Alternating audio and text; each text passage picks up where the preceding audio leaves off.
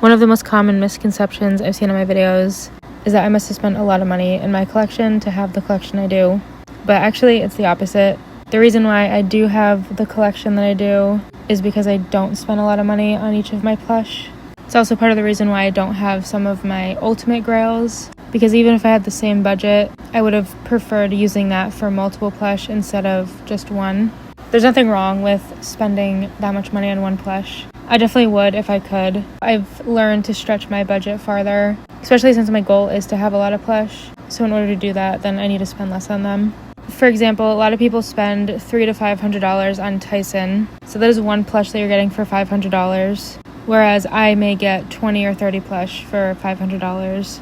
So we had the same budget, but I was just able to get more since I bought them for cheaper. Either way, it's not a bad thing. If you want to spend that much on one plush, that's fine. But when you see my collection, just know that it was not because I spent a lot of money on my plush, and it was because I didn't spend a lot of money on my plush. So it is possible to have a larger collection, but you just have to be willing to be patient and to make sacrifices when it comes to ultimate grails. And again, that's part of the reason why I don't have some of my ultimate grails right now. While I do have a lot of grail plush, I don't have some of my top ones, like Blazer or some of the other rare Douglases, because I would prefer to put the same amount into more plush at the moment. But yeah, I hope that helped. It's important to remember not to compare yourself to other people's collections, and make sure you align yourself with your own goals over other people's goals. Being patient gets you a long way in the collecting space.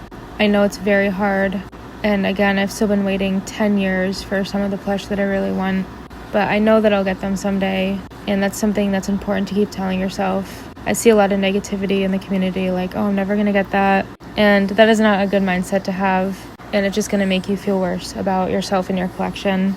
But enjoy the process, enjoy collecting. It's supposed to be a fun hobby.